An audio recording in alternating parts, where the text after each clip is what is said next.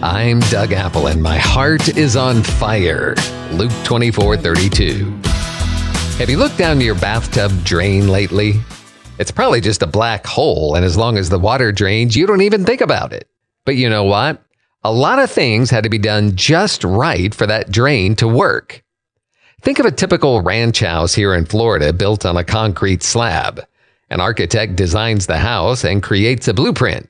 Then every person that works on the house works off the blueprint. One thing on the blueprint is the plumbing. Before they pour the concrete slab, a plumber has to install all the pipes in the exact right places, including that bathtub drain. That drain has to be in the perfect spot.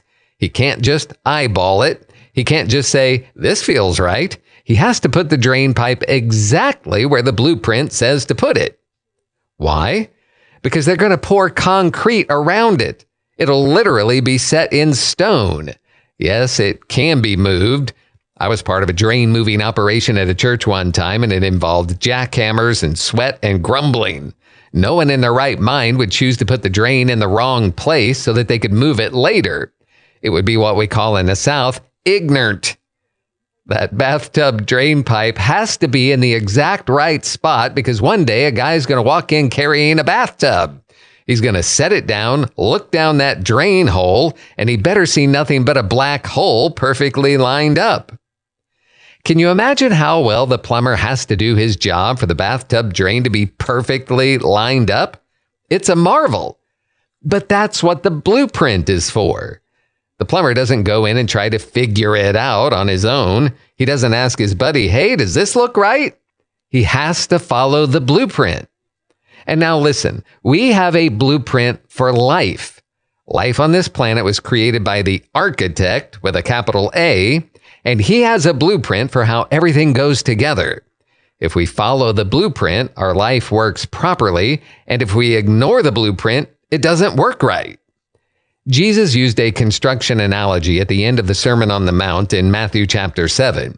He basically said that if we follow his blueprint, his teachings, then we're like a wise man who builds his house well.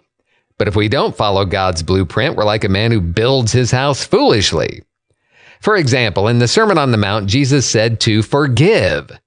Our blueprint for life is to forgive men their trespasses. Forgiveness works. It's in the blueprint. But what if we don't feel like forgiving? What if we have 100 reasons to not forgive? The plumber might have 100 reasons to put the bathtub drain pipe somewhere else, but he must put it where the blueprint says to put it, or it won't work. He will have missed the mark.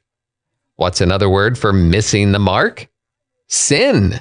In the original language, the word sin comes from the Greek and Hebrew words, which mean to miss the mark. To sin is literally to miss the mark. It's putting the pipe anywhere but where the blueprint says to put it. If we don't forgive, we are missing the mark, ignoring the blueprint, and building our life poorly. This applies to everything God told us to do. His words are the blueprint. What if you don't like words like sin and obedience? Well, think of it in terms of Jesus' construction analogy. Sin is missing the mark, which is not following the blueprint, which is putting the pipes wherever you feel like it. Obedience is hitting the mark, following the blueprint, putting the pipes right where the blueprint says to put them. For some reason, we think of obedience to God as optional, but we sure don't want the plumber thinking of the blueprint as optional when he's building our house. Why not? Because we want it built well, not poorly. And the same is true for our life. We want it built well, not poorly, and for that, we have to follow the blueprint of the architect with a capital A. May God bless you today. I'm Doug Apple.